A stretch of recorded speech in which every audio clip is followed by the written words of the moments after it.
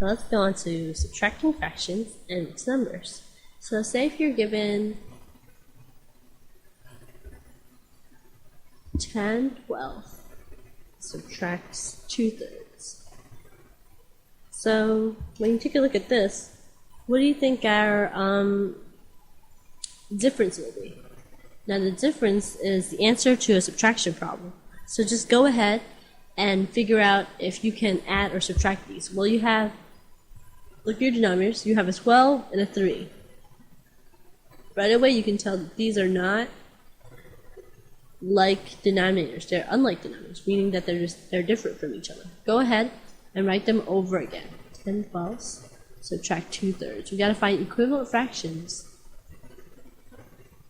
that will enable us to subtract them, because the only way you are able to subtract them is if they have the same denominators in their fractions. So go ahead and find the least common multiple of the fractions denominators 12 and 3.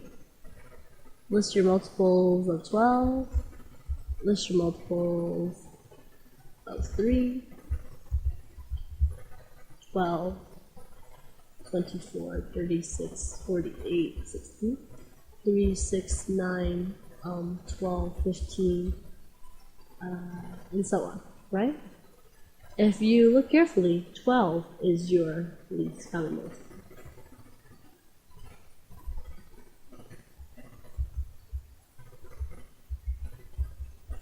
So go ahead and put 12 at the bottom of both on each of the equivalent fractions denominators. 12 times what gives you 12? Times 1. 10 times 1 gives you 10. 3 times 4 gives you 12. 2 times 4 gives you 8. 10 minus 8 is what? Same thing as addition. All you have to subtract. 10 minus 8 is 2 over 12. So go ahead and write down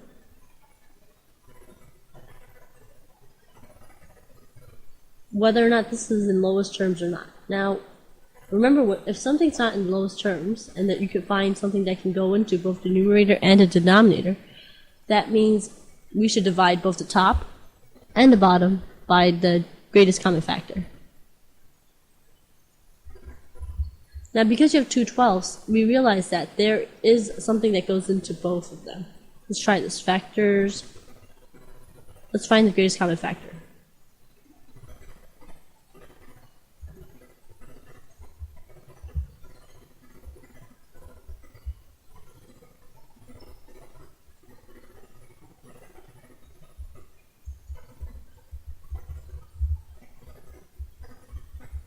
And if you notice, the greatest common factor is 2.